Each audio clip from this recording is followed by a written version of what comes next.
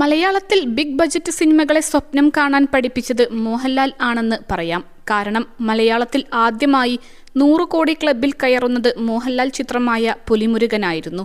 200 കോടി എന്ന സ്വപ്നം സഫലമാക്കിയതും മറ്റൊരു മോഹൻലാൽ ചിത്രമായ ലൂസിഫർ ആയിരുന്നു. ആദ്യ ദിവസത്തിൽ തന്നെ മോഹൻലാൽ ചിത്രങ്ങൾ ഹിറ്റടിക്കുമെന്നതാണ് എടുത്തു പറയേണ്ട കാര്യം. ഇത്തവണയും അതിന് മാറ്റം വന്നിട്ടില്ലെന്നാണ് റിപ്പോർട്ടുകളിൽ നിന്നും മനസ്സിലാകുന്നത്. മലൈക്കോട്ടെ വാലിബൻ ഓപ്പണിംഗ് ദിനത്തിൽ തന്നെ ഹിറ്റടിച്ചിരിക്കുന്നെന്നാണ് റിപ്പോർട്ടുകൾ. 4.76 കോടിയാണ് ചിത്രം ആദ്യ ദിനം നേടിയതെന്നാണ് ട്രേഡ് അനലിസ്റ്റുകൾ പങ്കുവെക്കുന്ന വിവരം.